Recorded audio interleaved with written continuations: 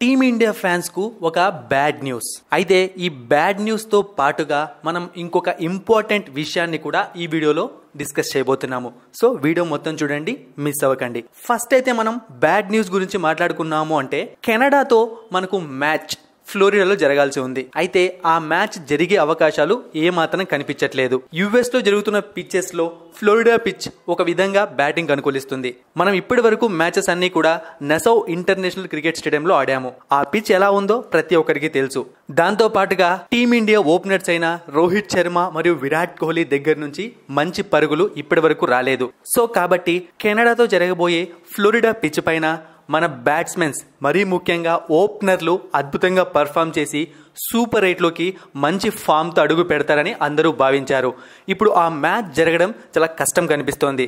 ఎందుకంటే అక్కడ ఉరుములతో కూడిన పెద్ద పెద్ద వర్షాలు వస్తున్నాయి. ఫ్లోరిడాలో కొన్ని ప్రాంతాల్లో వరదలు ఉన్నాయి. చివరగా జరగాల్సిన మ్యాచ్ కూడా రద్దయిపోయింది. ఇప్పుడు ఇంకొక విషయం గురించి మాట్లాడాము అంటే సూపర్ 8 మ్యాచెస్ అన్ని కూడా వెస్టిండీస్ గ్రౌండ్స్ లో జరగబోతున్నాయి. అయితే మనకు అతి పెద్ద match India versus Australia match. ఈ మ్యాచ్ సెయింట్ లూసియా గ్రౌండ్ లో జరగబోతోంది. సెయింట్ లూసియా గ్రౌండ్ గురించి ఆస్ట్రేలియాకు ఒక విధంగా ఒక అంచనా ఉంది.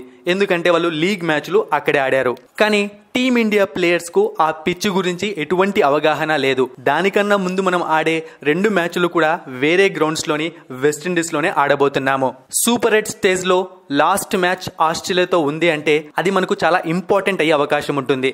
ఎందుకంటే సూపర్ 8 స్టేజ్ తర్వాత సెమీఫైనల్ లోకి ఎంటర్ అవుతాము. ఈ T20 వరల్డ్ కప్ లో మనకు ఏదైనా ఒక బలమైన టీంతో మ్యాచ్ ఉందా అంటే అది ఆస్ట్రేలియాతో మాత్రమే ఉంది. మరి విరాట్ కోహ్లీ మరియు రోహిత్ శర్మ తర్వాత జరిగే సూపర్ 8 మ్యాచెస్ లో ఇప్పటి వరకు పిచ్ గురించి తెలియని పరిస్థితుల్లో ఎలా పర్ఫామ్ చేస్తారో చూడాలి. మన T20 వరల్డ్ కప్ గెలుపు అవకాశాలు ఆ ఇద్దరిపైనే ఆధారపడి ఉన్నాయి. ఎందుకంటే టీంలోని 2 బెస్ట్ ప్లేయర్స్ ఓపెనింగ్ కి దిగుతున్నారు. వాళ్ళ దగ్గర నుంచి రన్స్ రాకుంటే టీం ముందుకు కదలడం చాలా కష్టమవుతుంది. అయితే ఆస్ట్రేలియా టీం కన్నా ముందు మనం బంగ్లాదేశ్ తో మరియు ఆఫ్ఘనిస్తాన్ తో మ్యాచెస్ ఆడే అవకాశం ఉంది సూపర్ 8 స్టేజ్ లో. ప్రెసెంట్ T20 వరల్డ్ కప్ జరుగుతున్న తీరు చూసాము అంటే టీమిండియాకు ప్రతి మ్యాచ్ ఇంపార్టెంటే. ఆస్ట్రేలియా బంగ్లాదేశ్ కదా అని చెప్పి తక్కువ అంచనా వేయలేము. ఈసారి T20 వరల్డ్ కప్ లో ఎన్నో సంచలనాలు నమోదవుతున్నాయి. మనం బ్యాక్ టు బ్యాక్ సూపర్ 8లో 2 మ్యాచ్లు గెలిచాము అంటే మనకు వచ్చిన ప్రమాదం ఏమీ ఉండదు.